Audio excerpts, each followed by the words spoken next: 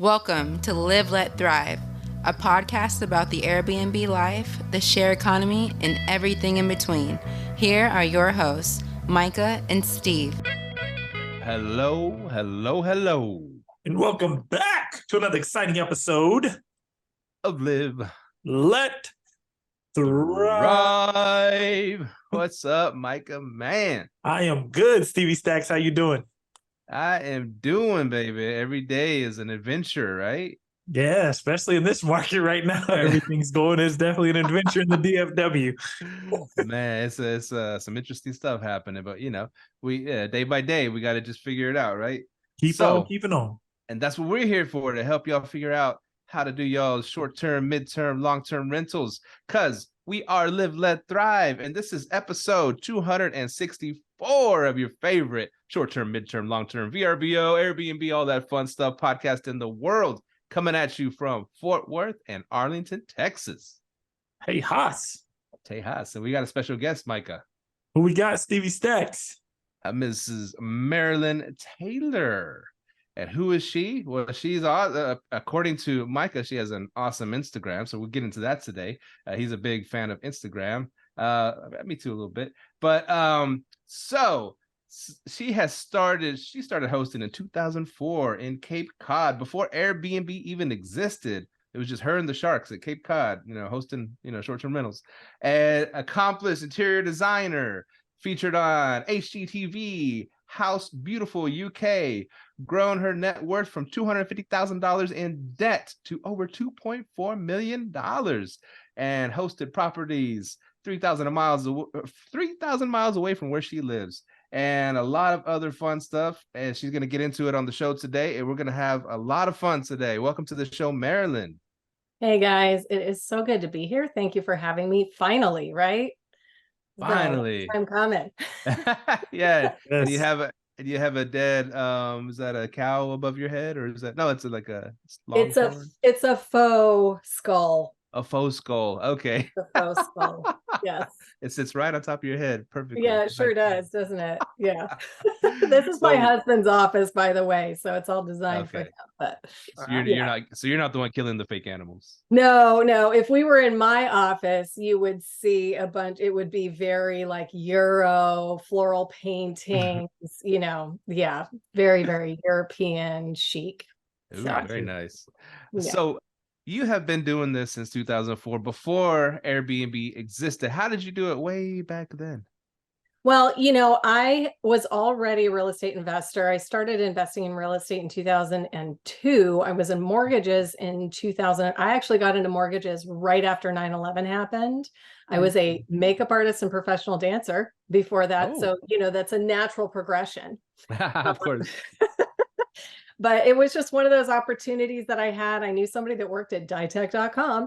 And so I knew that after 9/11 happened, Hollywood's going to shut down. I'm not going to have work in either of my careers. And so I was like, all right, sign me up. Started learning how to sell mortgages. I did that for 2 years. And because I was around that environment, I was the only girl at first on a team of 48 dudes. It was the boiler room and me. Fortunately I grew up between two brothers, so I am very comfortable around a lot of guys. I don't get, I'm not offended easy, especially being a dancer. Like, it's just the world so, but what was cool is suddenly I'm around all these financial brains, like stockbrokers and, all the people that rushed into mortgages at that time, because that was the first time when rates started to drop because of the whole 9/11 thing. And it went bat-ass crazy. Like, it was beyond insane. And I didn't even know what equity was. I need someone to give me, I needed like visuals to show me what equity was. That's how wet behind the ears I was. But I learned really, really fast. In order to stay on my team, I had to be top 10% of the company in sales. That's where I really, really started to learn and understand financial literacy, the value of having solid credit, having a financial plan, all those different things. And then there was a group of guys who went to Vegas at the time, was booming. And so I bought my first rental property there. It was just a long-term rental. And from the equity in that, I was able to take an equity loan. So I was doing BRRRR before I knew what BRRRR was. And I invested in my first property on Cape Cod. So I already was in that mindset of wanting to be a real estate investor. And so we had friends. I had met my husband at that point in earlier 2004. And he had some friends on Cape Cod that were selling their home off market. They offered it to him first. And I was like, I will jump on that. Yes, please. And so I, had built-in equity already. And I knew that it was a market. It was such a vacation market. I didn't want to try to do a full-time rental. So I was like, let me get into vacation rentals. And that's how it started. I mean, and I designed it this is before Pinterest. So I designed it from magazine clippings, and I just went and sort of recreated rooms that I really, really liked in magazines. And back up really quick, my first magazine subscription as a 16-year-old was Elle Decor. I was not about Teen Beat. I was all about decor already at that point. So, so I just did magazine clippings, recreated, went on IKEA and Kmart and Walmart or whatever I could to be able to order things that I could then pick up a U-Haul truck in Connecticut, drive it to drive it to all the different stores, pick it all up, and then drive it straight to Cape Cod. We put it together in 4 days. Wow. And then headed straight to Paris. So we did not have the option of extending. So we literally unboxed, put all the things together. My husband and I mean, we were early on in our dating life. And this was, I think, how we knew we could survive, in this relationship, because we nearly killed each other putting this house together. He was like, if I have to do one more of those stupid little Allen wrenches, So, and that's where it all started. So, yeah. It's like they say, you don't know someone until you travel with them. You really don't know someone until you build a short-term rental with them. Amen to that. Amen to that. Yeah. And, so then this is where he grew up. He grew up in Cape Cod in Massachusetts, and we connected with each other because I was born in Massachusetts. So the second house we bought in Cape Cod was his parents' house. They were ready to retire and take off in the RV. And so they offered that to us with a gift of equity. So we didn't have to put any money down. We're no knuckleheads. So of course we're going to jump on that. Yeah. And, instantly started cash flowing that because it was already furnished. It was grandma's cottage, right? This is back in the day where there was nobody cared what it looked like. Mm-hmm. They were just going to the beach. They were going to drop their stuff. As long as it was clean, that was it. That's all they cared about.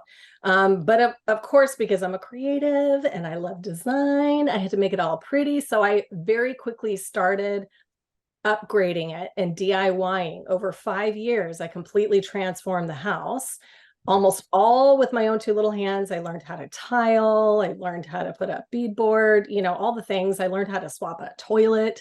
And it just started immediately cash flowing for us. So that's where it started. So question here. Now, you said you were doing this is before Airbnb even started, right? So yeah, I know most people nowadays, they're all dependent upon Airbnb, but then they go through some woes and they want to be like, okay, how do I go direct? So how are you getting reservations before the whole Airbnb thing? Okay. So in all honesty, back then, VRBO was the game in town. And like VRBO was just a marketplace. You paid to list your house there. They connected, people would inquire. You got their email and their phone number, and you talked to them on the phone and you got them booked. So, because I had already been in sales, I understood the importance of the quick close, right? So I was always right on top of immediately responding, immediately getting on the phone with them so they could hear my voice, get to know me, and understand that I'm no joke, that I'm legit, that I'm going to be an amazing host, that I'm going to make sure they have an amazing experience. And, I named my LLC that I opened up back then, Cape Cod Experience LLC, because I understood the value of experience. And I saw the opportunity very easily to provide something that they couldn't get anywhere else. I decided to be pet friendly right off the bat. And I kept reinvesting each and every year and improving it until it was magazine worthy. And I was by far the nicest house on Cape Cod that allowed pets. So I killed it. I was booked in like a year in advance, even in the off season, in the shoulder seasons, in the winter, I was still booking the house when everyone else was shutting their houses down. So, you know, and then it just kind of got to a point where I would decide to either put a winter tenant in there, or I would just shut it down for the season, because Cape Cod, they love to gouge you there. It's kind of like living on an island. They'll charge you $200. This is back then, like 10 years ago, they would charge you $250 just to plow your driveway. Oh, wow. So, it kind of got to a point where I was like, meh, it wasn't really worth the amount of money I was making in the winter. So a lot of the time I would just shut it down. But I had multiple people try to handle it for me, because I tried to delegate. Not one other person could ever book it the way I booked it. Nobody could. And I tried to teach it, but I think there's certain things, it's instincts, that you know when to adapt, adjust, how to feel people out. And that's just something that you build over time. So there's so many ways we can go with this. You give us a lot of information to chew on. I'm writing like a whole bunch already on my notebook. I'm a talker, I apologize if you have to edit a whole lot. No, you're making our job really easy today. We appreciate it. So you mentioned, okay, you started in sales, and then you mentioned something really cool, which I'm trying to learn. It's the quick close.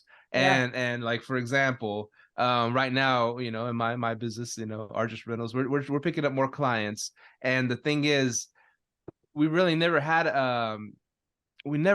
that mechanism to do the quick closes. Oh, okay, yeah, we want to go with you guys. Okay, well, we'll get together tomorrow, or we'll get together when you.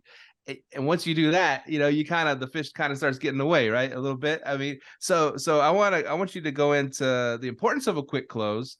And I'm building something. I'll run it by you also. But what did sales teach you about this, about running it as a business, and then and how to actually reel the fish in and get that quick close? Yeah, well, I think what I learned in mortgages, and I'll tell you another fun little tidbit about me, is my manager wanted all of us taking like 48 calls a day.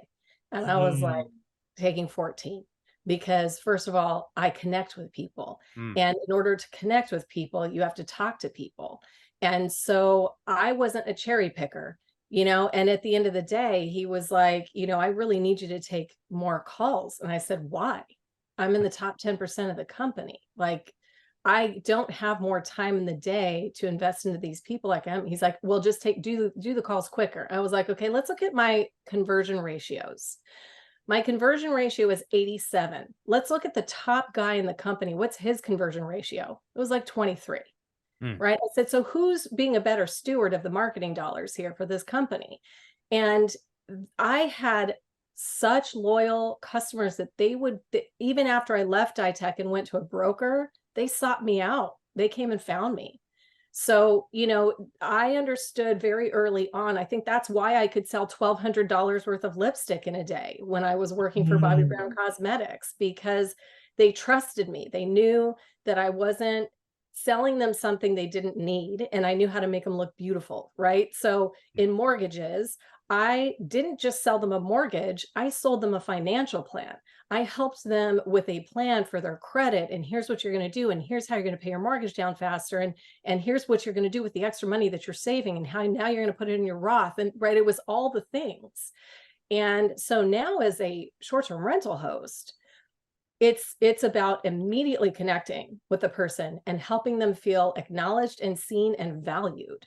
And I have that built into my description. So before we even meet, they're already feeling valued because of how I speak to them in my description.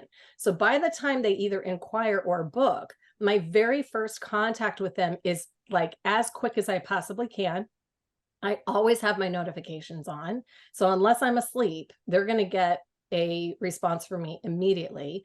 And I'm immediately going to let them know how honored I am that they chose me, or that they're even interested in my rental, because I understand how many other choices they have. And so I let them know I'm going to be a good steward of your vacation, of your whatever your reason is for staying. And when people feel that, Airbnb has done such a good job of disconnecting us from each other to the point where there are some guests that get annoyed if you want to connect with them. And so that's one of my very first vetting techniques, is that I want guests who want me to connect with them, because that's the guest that I know is going to honor my property and respect it more. So it's all about, finding the right match. Now, if guests want to treat Airbnb like a hotel, there are plenty of hosts out there that do not care and that are just going to act like a hotel. They're going to treat you like a number and a credit card. And that's the right match for them. But for me, I use the tagline in my business that I'm a heart-centered host, and that's who I attract. And so, I think that it's not just the quick close, right? It's not just the speed. It's what do you do in that very first connection with that guest? I love that. That's the power of a brand right there. No, I guess by the quick close, I didn't mean, like just, get them talking and then close and boom, boom, sign this. I meant like, okay, we do have that long conversation. See, I consider myself, I'm pretty good at sales. I don't know. I didn't study it or nothing, but I feel a natural, because I like that, from this podcast, we've done 263 shows. Amazing. Just talking to people, and I love talking and asking questions. And then people love to talk about themselves, it's just, we everybody does, right? Yeah. And so I guess by the quick close, and I'll get to that in a minute, I'll bring something else up. Okay, what do you do once they say yes? That part to, reel them in the boat, whatever. But I wanted to talk, because you brought something up, because you connected with the people. That's cool. Yeah. The heart-centered host. And I'll give you an example. So this girl hit me up on Zillow, because I have one of the properties. We advertise at different spots. One of the spots is Zillow, and she's trying to arbitrage my property. You know what I'm saying? And I get these messages a lot. Anyways, I talked to her on the phone, and I just let her do her thing and say her spiel and everything, and then I started asking her a few questions, and I said, okay, so you're kind of new at this, and I said we already do Airbnb at this place. We already do midterm rentals, and but I like what you're saying. She started asking me questions, and I told her my whole life. I don't know what happened. I told her my whole life story, and I'm like, wow, you're good. She said like a few words, and I connected with her, right? And so I was like, you know what? I said, I think you'd be good at sales, as you want to come aboard, work for us, and try to start talking to people, because you're curious about me, and I just spilled my whole life story to you, and you just did it so like she wasn't even trying, and I was like, wow, that's so cool. I was like, how did you do that? I didn't I just let it all out. And I was like, you would be great to talk to people, our clients that are wanting to, perhaps us manage for them or this and that. But so I got her, on board. And so she's going to be my first salesperson. I've never had one. It's always been me, and we built a little funnel, and it's always come to me, and I talk to people, but it's getting my buddy who's my partner's doing the funnel, got really good at the funnel, and now he's sending a bunch of people for me to talk to. So I need help in this, but I'm not going to just throw anybody that that doesn't know how to do it very well. Yeah, I mean, anyone you bring on has to align with your brand and how you want guests to experience you and your business. But yeah, I mean, going back to the quick close, I think I probably talked a lot about the quick response. But as far as a quick close, I think I ask a lot of questions in my first communication with them, so that I can figure out what it is they're looking for. And, if I have instant book on, so a lot of people that are going to read my thing, they're just going to book. But anybody who inquires nowadays, right? Back then, everything was an inquiry. So I knew that they were reaching out to a bunch of people at the same time. So I needed to be the first one to contact them and the first one to get them to book, right? It's a little bit different dynamic now, because people can instant book. I'm not even a huge fan of instant book. I just have a newer listing, so I'm using it right now strategically.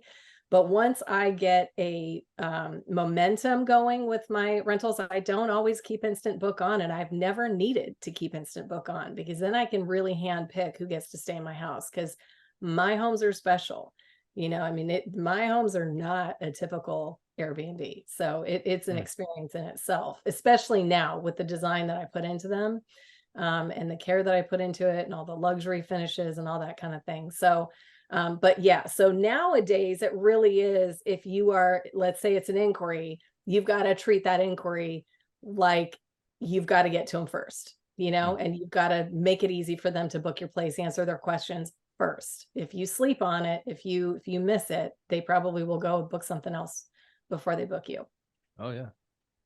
Okay. Micah, I'm sorry we're taking up the whole show. No, you're good. I had one about sales. Yeah, that is very much true. You have to have, I found out when we really started growing our real estate business, it was when my wife took over the people part, because she can connect with people. That's not what I was good at. And then that's when we started getting sales, wholesale deals, because she can connect with the people. But my question to you was, what kind of houses do you have? Because you said they aren't just the typical Airbnbs. What kind of are these? Houses, apartments? Go into that a little bit. Okay, so my background is I had 2 homes on Cape Cod. One was a 3-2, one was a 4-2. And then I had 3 tiny homes in the California desert, in Desert Hot Springs. And then I also rented out my own personal home close to LAX.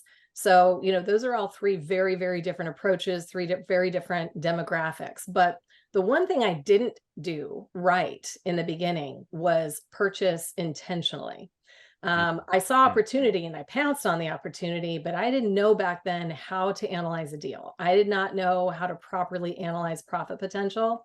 So before COVID hit, I had already started selling off my portfolio in order to reinvest in better profit potential locations. So I have now partnered in Michigan in one property, and then I also have a home in Atascadero in Central California. It's like wine country area near Paso Robles. And that is a 4-bedroom, 2.5 bath. And it is a Euro farmhouse. So basically I wanted to bring the French countryside to California. And so I actually went to France. That's where I celebrated my 50th birthday. It is my favorite place on the planet to be. And I picked up a bunch of, so I'm also really, really big into vintage. So, I mean, if you look over I'm sitting in a vintage chair with a vintage lamp and a vintage movie thing. My husband's in film and TV. So of course we Reel to reel. Yep. So, I am all about, I love vintage so much. If I could make $1 million just thrifting every single day, I would be happy as a clam, but you can't.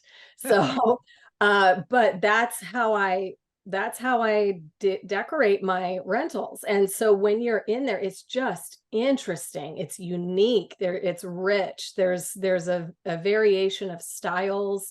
It feels luxury, but comfortable at the same time. So I'm able to ask for a little bit higher dollar because of the way I've decorated it. I feel like what's happening right now with Airbnbs is there is a popular style. It's a little bit mid-century, a little bit boho, kind of what you see a lot in Joshua Tree has sort of spread across the country, and it's what everybody's doing. And all the Airbnbs to me look the same. So anything that I design is going to be unique. And that's just partial to my brand. So even the home that I invested in, I didn't even design it, but I partnered with, so the Carwells, Sarah Gladwell. Oh yeah. Okay. So that's who I partnered in this home with. It's her orange Cadillac property. And I noticed Sarah very early on when she was designing for short-term rentals. And I was like, this girl gets it. And so, I instantly just connected with her on Instagram and we became friends. And then, as she became a coach, we've just become friends even further. We're actually partnered now as coaches. And so I partnered with her in that property because we align with how we approach short-term rentals, where it is a special, special place. And people know when they go there, they're going to feel nurtured. They're going to feel the love. Like I teach a concept called the 4 hosting love languages, right? We've all heard of the love languages, right? But in hosting, I break it down into, let's see if I can remember this. It's design, communications, concierge, and what is it? There's one more. Oh my gosh, it's so bad. This is what happens when you turn 50. Anyway, but it's these 4 different love languages, and it's knowing your strength, right? It's knowing, so it's just like what you just said. You knew that like connecting with people was not your strength, right? You might be the numbers guy. And so it's knowing what your strengths are and maybe delegating to people who have where the strengths where you're weak. But ultimately, if you're going to be a solopreneur, you have to be good at all 4 of these. And someday I'll remember the 4th one. I'm sure it'll pop in my head, like as we've, once we're totally off the topic. But yeah, that it's, to me, I figured out that these 4 things had to be a part of your business if you were going to truly thrive and survive no matter what the market conditions. Love that. Nice. And also I think Myka's script was a little bit rough, because he would say, "You gonna sell me your damn house or what?" That was his approach. Now I do have another question. You talked about how you've themed these places. Now, who's your target avatar for your places? So for the one, I just have the one right now because I've been focusing so much on my coaching business and growing that. But the one that I have, we chose that house because it's an area that we know we want to retire in. So I am seeking a person who, they're probably more middle-aged, although I get a ton of young girls and young dudes. I don't know. I get all of them, but I had the person in mind who loves traveling in Europe, right? They're my people. Those were the people that I was targeting. And I knew this is a wine country area. If you've ever been through Central California, it is so stunningly beautiful. It actually really reminds me a lot of the French countryside with the rolling hills and cows grazing and horses and sheep and beautiful rolling green hills and trees. And it's just beautiful. And there's a lot of open space. And so people come there because they want to relax.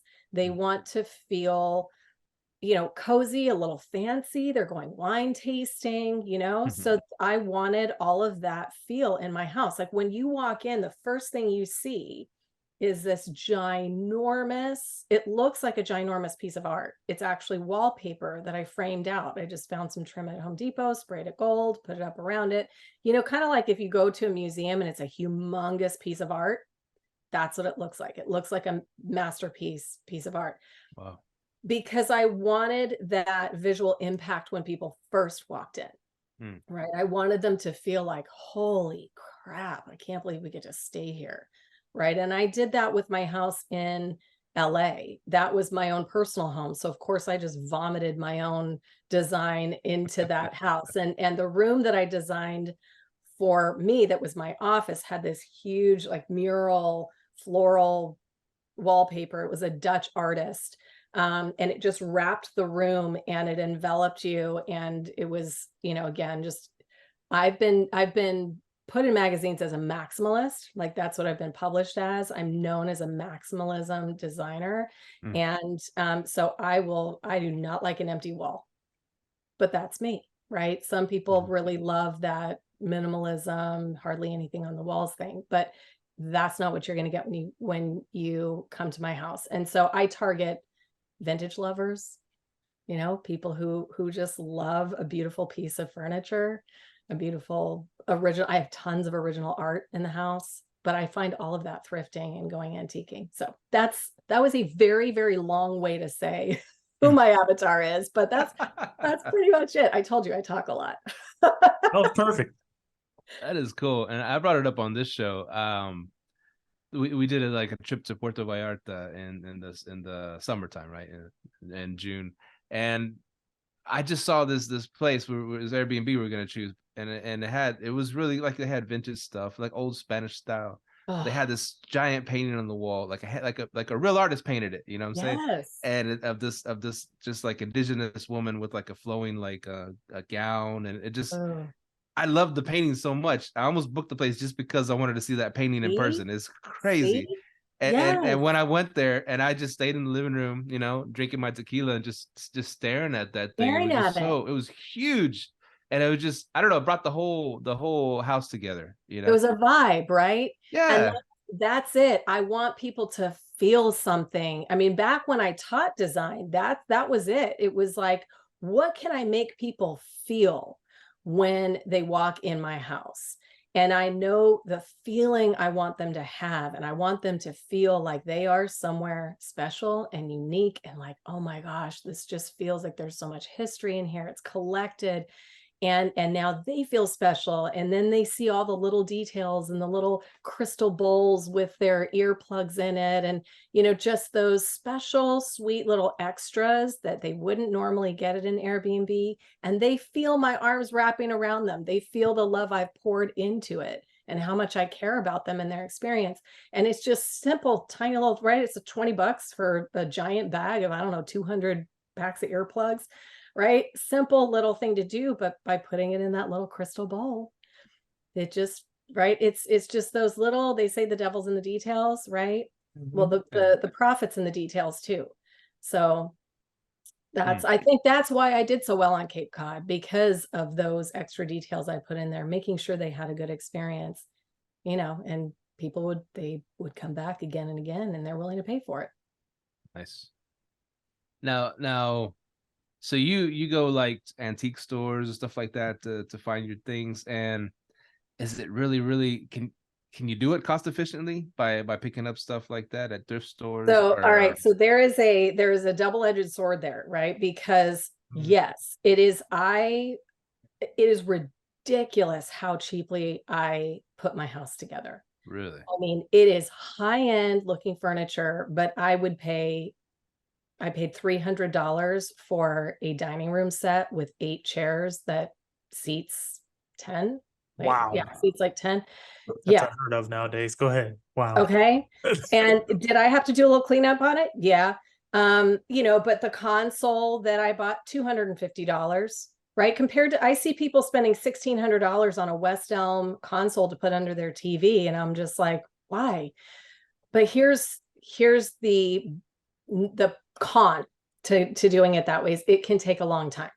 So this last time that I put this house together, I am not the whippersnapper I used to be, right? It had been like 6 years since I had put together a brand new from scratch house.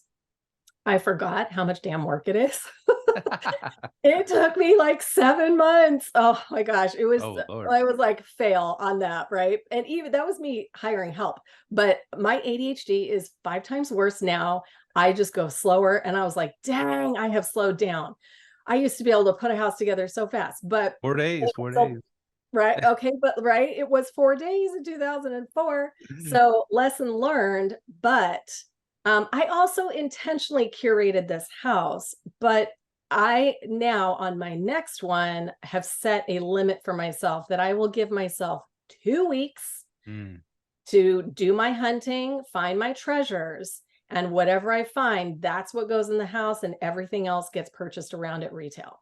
And that's where then I'm going to be, Minoan's best friend, or they're going to be mine, So, so that's sort of how I'm going to roll with that next time to make sure that I can get it up and running faster, because I missed out on a lot of income by taking so long. I saw a bunch of stuff for cheap. I've only been to one, but it was an estate sale. They're getting rid of this old lady's stuff just for dirt cheap, and we're just like, well, that they say something like that's $100. I was like, that's a little too high. 50, 20. What do you want to pay? They just want to get rid of everything. Yeah. I'm like, holy crap, So cool it's nuts. I mean, I've found things on Facebook. I just will peruse. I'm like watching TV, perusing Facebook Marketplace. I found a bedroom set that was like so insanely amazing. I didn't need it. I had nowhere for it, but it was $200. I'm like, can I come right now? Because I knew that I also resell vintage furniture still. This is like sort of leftover from my design business. And I resell on Cherish, and I'm going to make about $10,000 on that furniture on Cherish. Yeah. After, it cost me $200 to buy it, $600 to have it put in a truck up to my Atascadero house. I have a huge, like big shop, like barn thing. So I stored it there, but yeah, I mean, it is crazy the things I've gotten for free on Facebook Marketplace, you just have to be fast and you have to be on it often.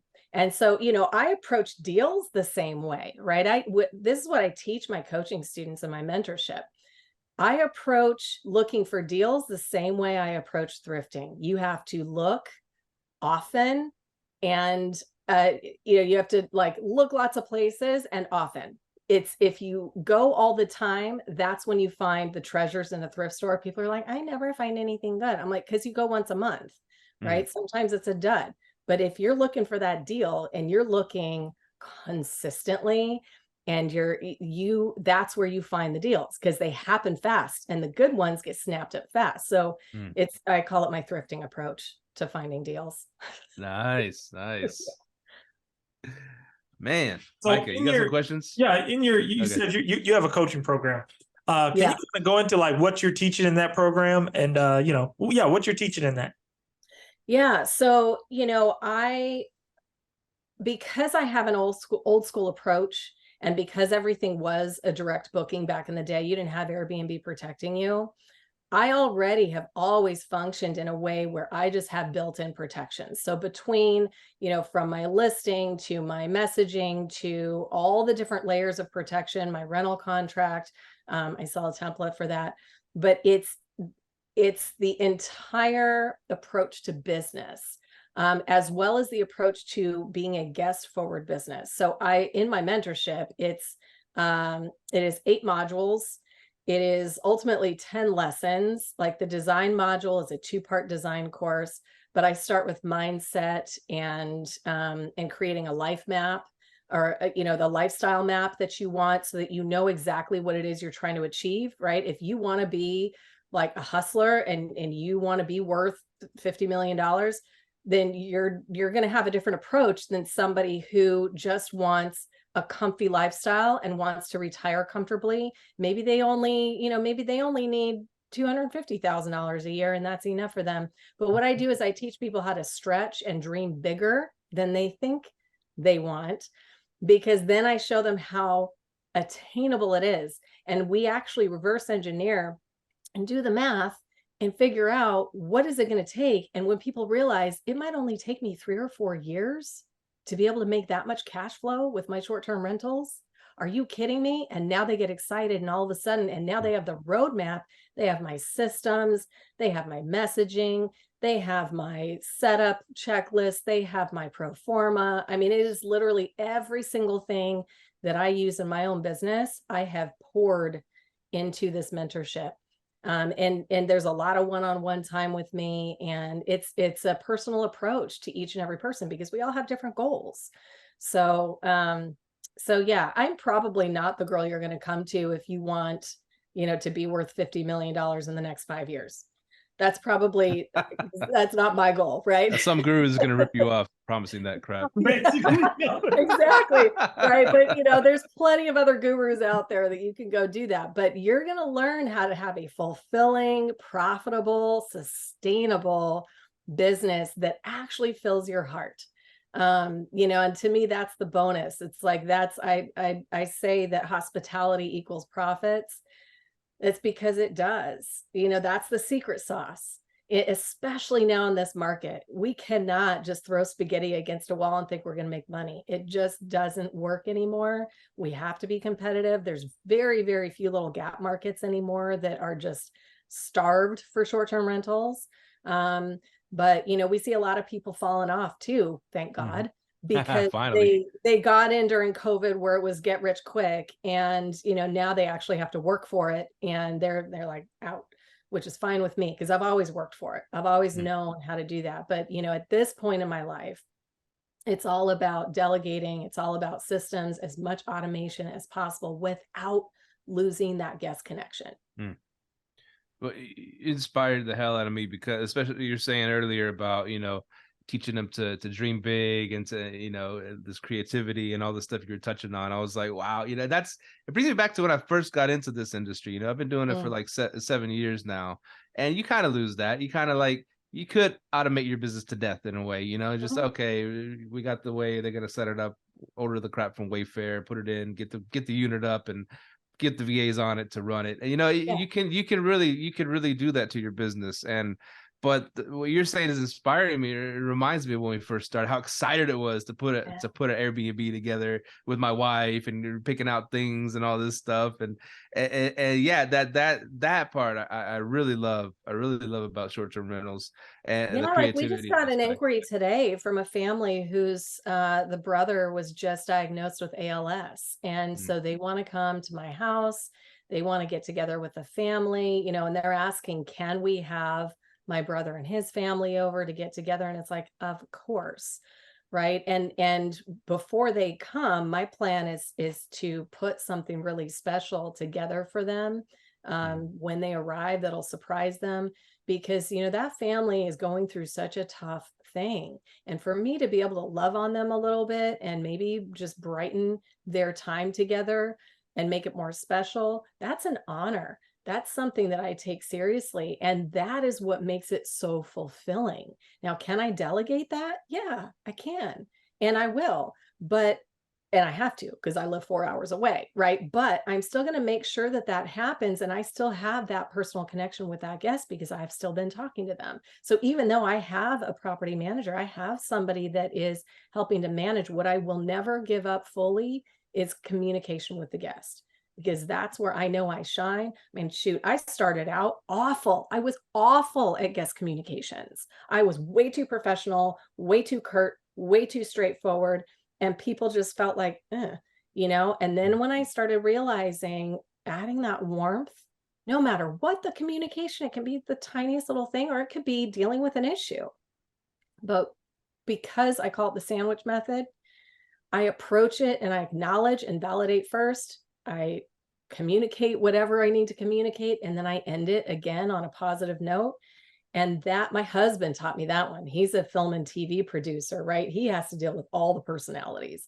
And so, you know, he taught me how to do that, and it has paid off because I get all 5-star reviews, even when things go wrong, you know?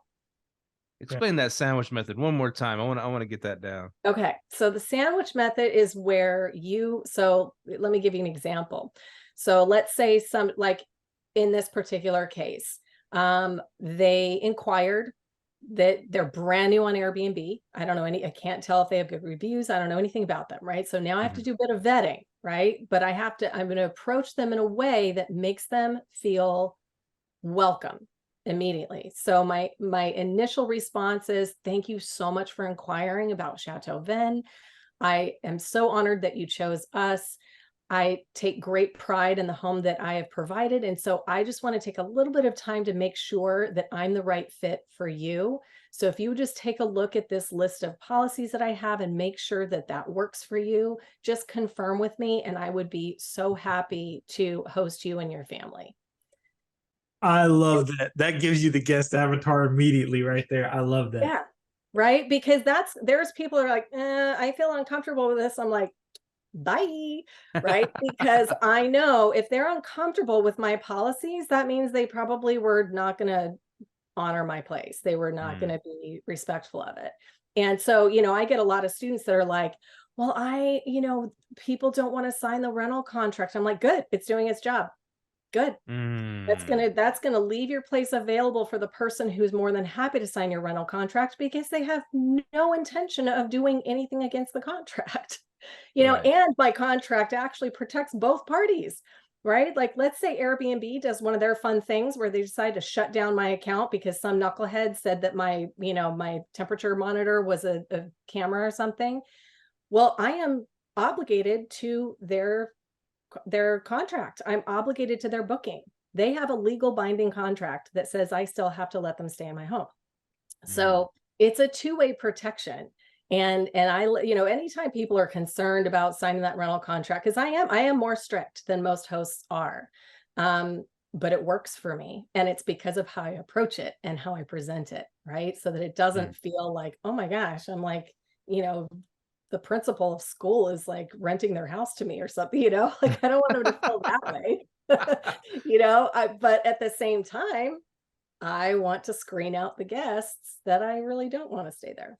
You know what? I love that. That's really the power of turning Instant Book off. You can just kind of screen them right then and there. Yeah. And if they don't want to stay there, they can remove remove their request and go on about their business. I actually love that idea. I'm gonna have to implement that one. I love Give that. it a try. I mean, sometimes it can create a little bit more effort, but at the same time, I still automate when people inquire. I use OwnerRez, and it will send them an instant message that says all those things, right? And then if they asked a specific question, then I'll just follow up that message with the answer to their question.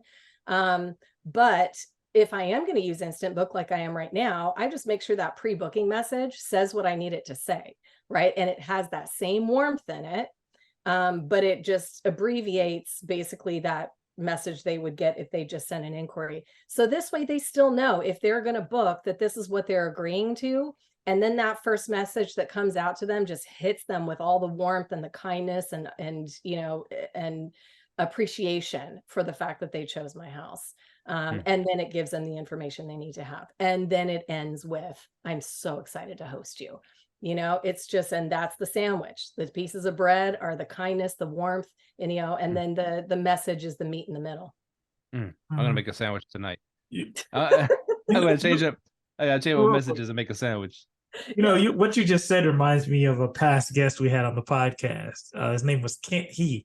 And he said something that was crazy to me and Steve. He said he makes the guest put down a $700 deposit. And I'm like, what? That's crazy. But he offers such a high-end place. He goes, my target avatar has no problem paying it. They'll just pay it because it's a bachelorette pad. And it's like all these mirrors for bachelorettes.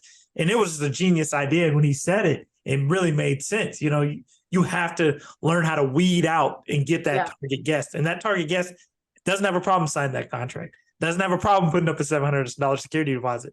So that's a really important one. I hope everyone takes that's an interesting point you bring up, because I used to be really big on security deposits, and I actually got kicked off of Airbnb early on in 2009, right? They started in 2008.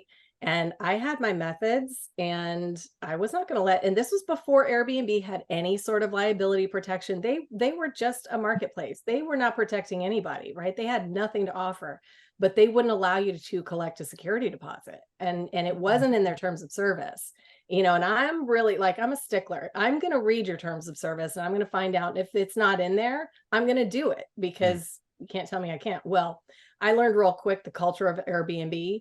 And they're like, well, it's in our frequently asked questions. I said, but that's not your terms of service.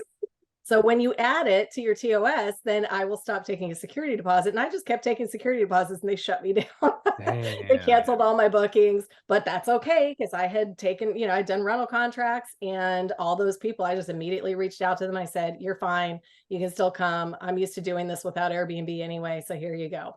And they were happy because they didn't have to pay a service fee now. So, it was like win-win for all of us, but it took me a couple of years to get back on Airbnb. But now with the property damage waiver or, property protection policies that you can get, I am all about that instead of the security deposit. I like that. Because, it's like a $50 deposit, and I just don't even have to bother the guest now. There is none of that conversation about, hey, I'm going to keep this much of your security deposit. It's just always uncomfortable for everybody. So to be able to eliminate that piece, I was glad to do it. So, and I mean, I use VRBO, and I flip and love VRBO. Yeah. And the reason why, when VRBO first, they were the first ones to start offering those damage protection policies. And of course, I am the girl that reads the freaking contract before I sign it. I'm the weirdo that does that. Right. And so I read what these damage protection policies were, and I saw that they were written in the name of the guest. So these were policies for the guest. So the guest had to put a claim in. I couldn't even put the claim in. So when I realized it's not even protecting me, it's protecting the guest, why am I going to do that? Well, now it's evolved, but still most of these policies are accidental damage only. So if they can prove that they have violated terms in your house rules or your rental contract or anywhere in your listing, if they broke a rule, that's not accidental, that's intentional, and they're going to deny you. So this is why I love VRBO. Superhug has something similar. Safely has something similar, where it is accidental and intentional damage. So it is no brainer to me. And VRBO is the most affordable of the three. I'm actually an affiliate for them because I flip and love them, and I've been using them now, and they will pay out quickly. I love them. I'm going to check them out. And this is part of my stress-free formula is, it's just having, and it's just these multi-layers of protections that is automated. They're all integrated. They all work together. And I just, even if somebody squeaks through my screening, and they're not the best, I still don't worry that much about it because I know I'm covered. That is cool. Yeah, we've used Superhog. I never heard of VRBO. So WAVO, is that WAIVO? Yeah, I can give you the link. You can share it in your show notes. But yeah, no, they've been fantastic, and they just opened up a portal for individual hosts. Otherwise, they typically like to work with 3+, I think it's 3+ or 4+ properties per host. So yeah, the one thing about them is they don't integrate yet, but they're working, with a PMS, but they're working toward that. But it is not, to me, for the cost savings and what they offer, it's absolutely worth working with that company. So I really want to touch on a little bit off topic, kind of on topic, but you've been in this game for a while. So 2008, the crash, how did that affect you and your investment strategy and all that stuff? Yeah, I'm so glad you brought that up, because that's actually in the last module of my mentorship, is teaching you. It's called the Growth Accelerator, and it teaches you not just how to make, right? It's one thing to make money, but it's another thing, what do you do with that money once you make it? Because if you've got bad money habits when you're making, $2,000 a month, you're going to have bad money habits when you're making $30,000 a month. And if you spend it as fast as you earn it, well, what's the point? So that is what this Growth Accelerator is about. And it talks about how I weathered these storms. So when 2008 hit, honestly, because I was already catering mostly to I didn't have my tiny homes. I only had the homes on Cape Cod at this time. It hit me hard in my Vegas rental. I ended up short selling that one, but that was okay. I'd already gotten the equity out of it when the value had gone up, and I bought my other house with it. And because of my ability to negotiate with banks, because I had been on the back end selling mortgages, I was able to negotiate that short sale without a ton of damage. And then the two homes, because they catered more to a higher end client, people with money always have money. So that, and I have just kind of, my tiny homes, those really catered to, to like people in LA, the younger folk who wanted to just come for a quick desert getaway and hang out in the hot springs pools and that sort of thing. So I had to weather COVID when that happened. Right. And I lost, these were tiny homes. So it's not like they were super lucrative, but I lost $10,000. It was right before Coachella. Those were my big money making months. And I lost $10,000 instantly. And so many other people went under it. All the forums I was in, they were like, Airbnb just canceled everybody's bookings, all of the bookings, right? And refunded everybody's money, even though if it was against your cancellation policy. Like, it was madness back then. But I survived because I had reserves. I have always functioned with reserves. And I think I learned that as an entrepreneur. I've always been an entrepreneur. I've never had a reliable paycheck. I never know how much I'm going to make in a month. And so I've had to learn how to function with the dollar as it comes in, not an expectation and budget based on what I think will happen. And so I apply that today, even in my investing, is that I only function with what I actually have in my hand. And I am prepared with reserves in the case that something major goes down, or, whether it's in the market or my roof suddenly falls in and I need a whole new roof. There are sometimes really big repairs that you've got to do on a property, and it can hit you hard. And if you don't, I make sure I have open credit lines. I just gird myself up in a way that I have backup plans. I have backup plan A, B, and C.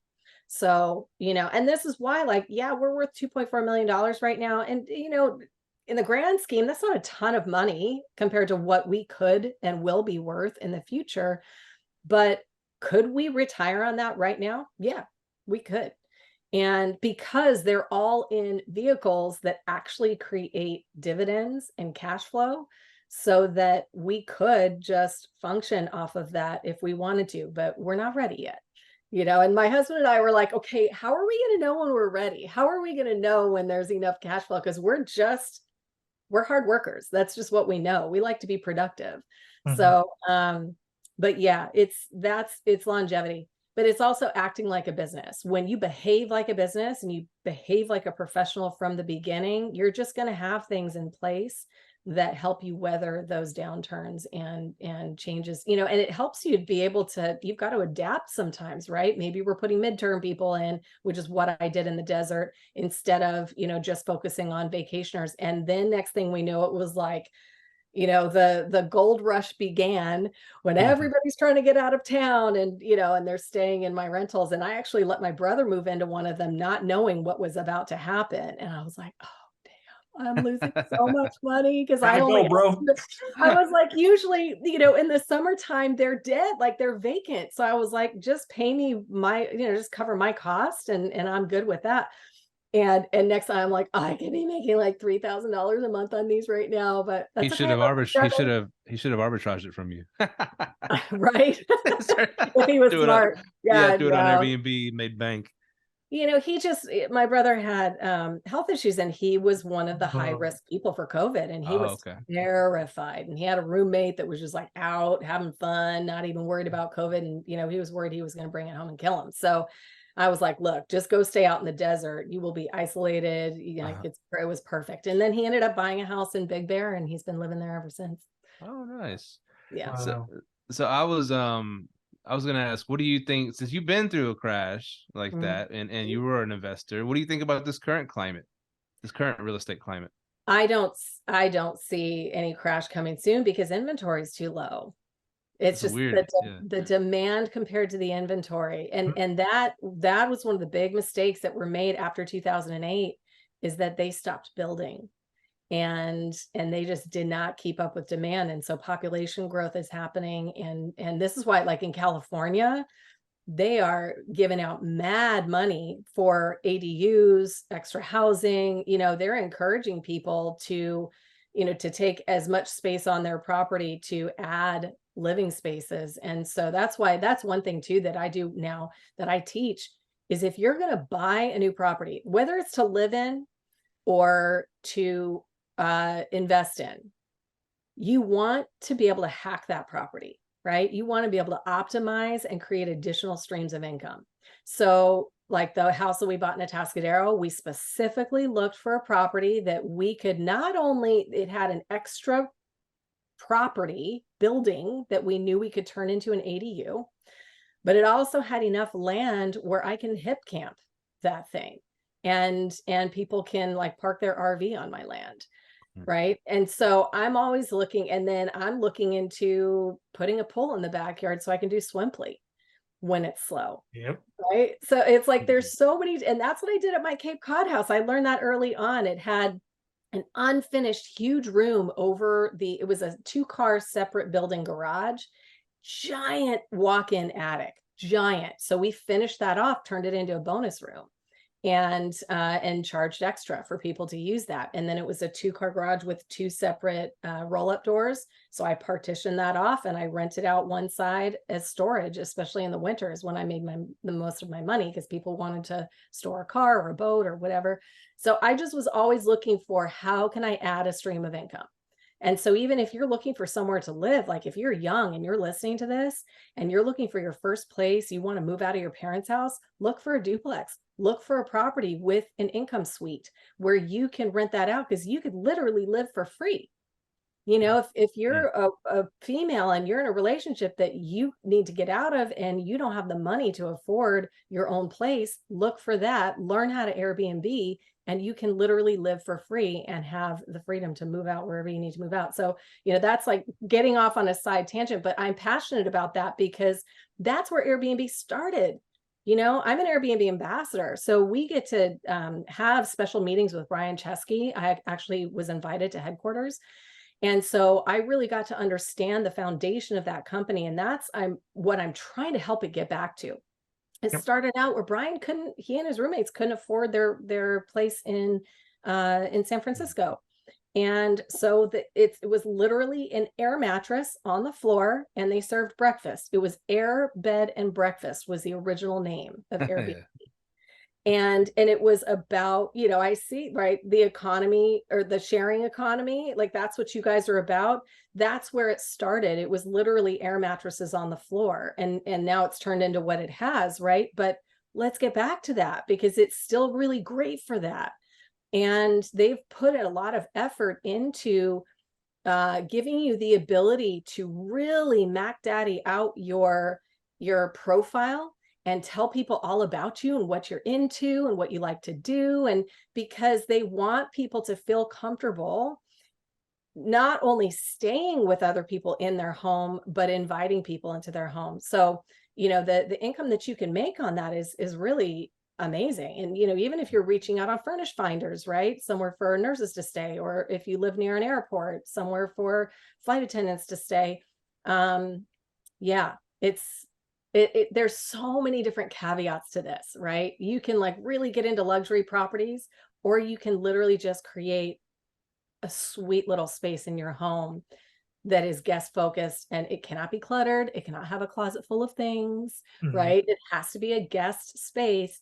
But yeah, it's, it really is just a way for people to improve their financial life. And you can just start there, and you can even start as a co-host. You don't even have to own a property, right? And I used to be against that because I'm like, there is no way that I would hire a co-host from my property who didn't have experience. But there are so many ways to gain experience now as a co-host, assisting another co-host, really getting your feet wet and learning how to do it. And that to me is like the easiest way in. And so, yeah, I could keep talking about it all day long. No, you know what, though? What you just said is actually very important from start to finish of everything you just said, because you just talked about how in 2008 they stopped building. And right now there's not enough housing. And if you notice here in Texas, they just approved ADUs because all the land, they're just building apartments. So they're like, okay, well, we got to have other spaces. So ADUs are coming to Texas. And right now, for the young people, like you just said, if you're looking to buy a house, buy either a multifamily, a small multifamily, 1 to 4, or buy something with a backyard that you can put an ADU in. Because America right now, it seems to be going towards compartmentalized living. The tiny home communities are really tough right now. So this is like very good stuff. And these are cheaper ways to get involved in real estate than spending all this money. Even if you do put down a large down payment or a smaller down payment, you can get it back through house hacking. That is this house. We rented out 3 rooms. Yeah, it is. It's unbelievable. My mom is having a house built in Florida. She's 80, and she's like, we're going to have a house built. And I'm like, that's what you want to do at 80? Okay. Right. But it's a spec home. So at least it's not going to be a custom home. But still, I'm looking at this floor plan, and I'm like, immediately like beep, bap, boop, bap, boop, like looking at all the different ways that I can like partition off that house and create extra income spaces, right? And I'm trying to explain this to her, like it's a 3-car garage. I was like, oh my gosh, this is perfect. You're going to put a door right here. You're going to put a lock. This is a room. This is where you're going to put the kitchenette. You're going to, it's the 3rd-car garage. It's attached to this bedroom. You're going to add a little, I was like, it's a plan. This is what we're doing. She's like, I don't really want to do that. And I'm like, Mom, that's for free. Yeah, that is. But it's just how your brain starts to work. You just start to see that opportunity, and my husband and I, we used to live in 2,100 square feet in Hawthorne, right over if there's ever a regret in my life, it was selling that stupid house. We got an off-market offer for our house near LAX. And we're like, it's the top of the market. It was right when the whole real estate market, everything went off the market. It died. And we were like, we can get what we want. It's the top of the market. We're going to sell. We're going to watch it crash. And then we're going to buy 2 or 3 more houses. Whoops. So we sold the house off market, and, and then SoFi Stadium opens up. Oh, man. Yeah. And I knew that was coming. And I had said, back in the day, like, we will never sell this house, right? You never kill the golden goose. And I killed the golden goose because that house could be earning like 13 grand a month, and our mortgage was like $3,800 a month on that house. Yeah.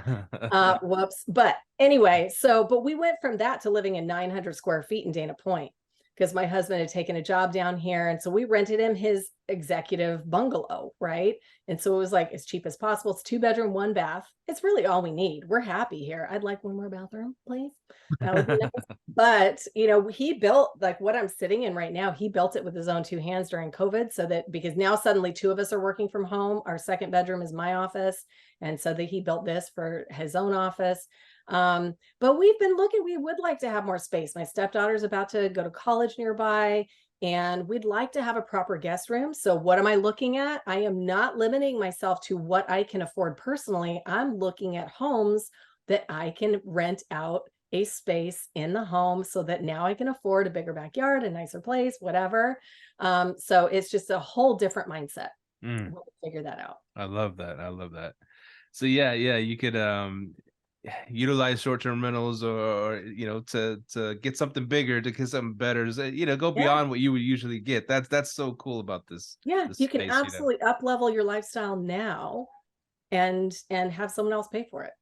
Yeah, I mean, like I saw a house the other day, for sale. The price is a little bit high, 400 or 500 for here. 400 or 500,000 is pretty high. 500,000 is pretty high because of the pool. Yeah, but you guys have those property taxes, so yeah, we got big property taxes. Right. But it had like a house out there, little bitty house, like a mother-in-law house right by the pool, and I was like, and me instantly thinking, rent that out on Airbnb. It pays for the whole mortgage. And that might work good on Swimply. I was going to ask you about, have you ever done Swimply? I haven't, because I've never had a house with a pool, but I am in you guys know Natalie Palmer. Do you know who she is? No, sounds, yeah. Okay. So Natalie Palmer, she is a fellow Airbnb ambassador. That's how I met her, was at Airbnb headquarters. And she and Tatiana, they did the Level Up Your Listing event. And they do that in Arizona. It's coming up again in February. But she, okay, I just totally lost my train of thought. What were we talking about? Oh my God. About the swimming pool, Swimply. Yes. So I'm in we call it Taco Tuesday, and it's a group of women. We all get together once a month. And they suddenly are in our text thread talking about Swimply. And I'm like, what is Swimply? And there's a woman who makes $100,000 a year on her pool. Just her pool. Yep. And I'm like, I'm sorry, what? That's now, okay, it's funny stories though too, of like the porn stars that are like, oh, we're okay with your cameras, blah, blah, blah. Are you okay with nudity? And she's like, I don't care, do what you need to do. Wait, they pay what? Hold on, 100, make 100K renting to the adult. Not just but okay, but if that was the market, I need those. No, there are a lot of people on Swimply though that want to use the pool for those. They're like, it's going to be a small crew of 12. We're going to be filming. Is that okay? And are you okay with nudity? And you put 2 and 2 together. But still, she's making $100,000 a year just on her swimming pool. And so immediately I'm like, cha-ching, I've got room in my house in a Tuscadero. That was like down the line. And I'm like, I think that just took priority over building out the ADU, because if I can put a pool in there, and that's only going to take a couple of months probably, and I can start making money in the off season just by renting out my pool. I think that's going to help fund the ADU. Here's the thing because I just, started looking into it. Now, where are they going to use the bathroom? First of all, I know a lot of people use the bathroom in the pool, whatever. But like, you're going to have a bathroom built out. This just happens. A bathroom built out there specifically for the pool, because you don't want them to go in the house, because that's like, yeah, you don't want them to be in and out of your house. Well, and people were asking that question. She was like, honestly, she gives them access to use one bathroom, right? She tells them which bathroom they can use. Okay. And so, yeah, I mean, I've thought about that. I don't know exactly how I would do that either, but I probably would let them just use the bathroom that's in, like, you would go through a slider and into the game room, and there's one little bathroom in there. So, because the other bathrooms are all the way on the other side of the house. So, and I have motion detectors in my house because it automates the thermostat. So I would know if somebody was in that hallway that's not supposed to be. So Wow. that's how I would do